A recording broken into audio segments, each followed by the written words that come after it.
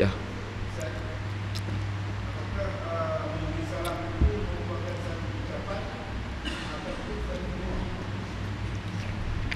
Satu ucapan dan doa. Dan doa juga.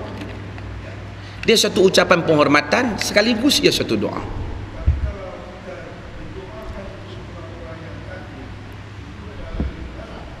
Kita dilarang mendoakan keampunan kepada mereka setelah mereka mati dalam keadaan kafir. Istighfar untuk mereka. Tetapi kita tidak dilarang untuk mereka dapat hidayah. Kita tak dilarang assalam supaya engkau dapat salam sejahtera. Kesejahteraan itu mudah-mudahan kau dapat Islam, kau dapat petunjuk. Kita maksudkan demikian. Mak kita kafir, kita doakan supaya dia sihat, tak salah. Kawan kita kafir, kita doakan supaya dia sihat, tak salah. Tapi dia mati dalam kafir, kita suruh Allah Ta'ala masukkan dia dalam syurga. Itu salah lah. Pasal kita langgar peraturan alam, peraturan Tuhan. Mati kafir masuk neraka. Melainkan dia tak sampai hidayah pada dia lah. Tapi adapun kita doa pada dia, kawan kita sakit, dia kata, lu doa sama gua lah. Lu pergi banyak kali semayang haji, doa sama gua lah. Gua sakit oh. Kita pun kata, ya Allah sembuhkanlah fulan. Boleh. Apa salah? Islam benarkan kita beri duit pun pada orang kafir. Kalau depa sakit, depa miskin, kita bagi duit, dia minta tolong saya susah lo makan pun tak ada, lu bagilah sikit. Kita bagi dapat pahala, pakai pahala. Quran kata la yanhaakumullah 'anil ladzina lam yuqatilukum fid din wa lam yukhrijukum min diyarikum an tabarruhum wa tuqsitu ilaihim innallaha yuhibbul muqsitin. Dalam surah Mumtahanah, Allah Ta'ala tak larang kamu untuk melakukan kebaikan dan tuqsitu.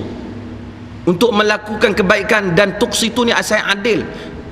Kalau adil terjemahannya kata para ulama tafsir yang tak apa tepat, kerana adil ni disuruh untuk orang jahat dan orang baik pun kita kena adil, untuk orang yang perang kita pun kita kena adil.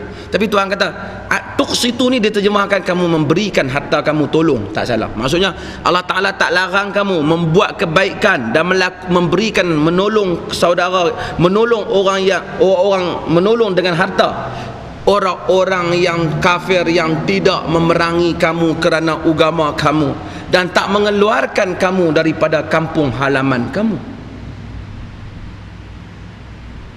Sesungguhnya Allah suka pada orang-orang yang adil.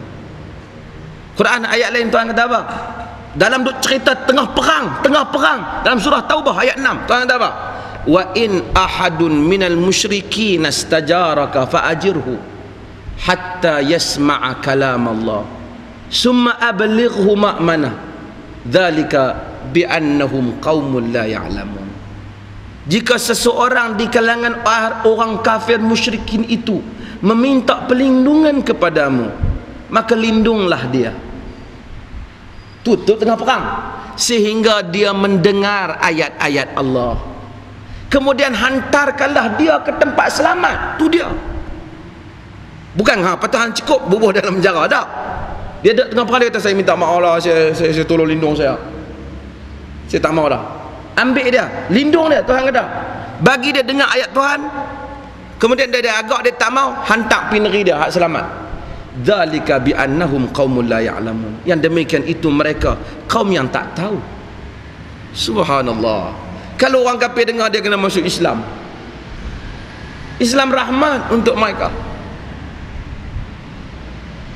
Islam rahmat untuk mereka. Wallahu ta'ala a'lam.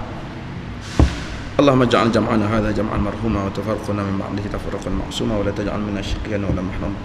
Sallallahu ala nabiyyina Muhammad.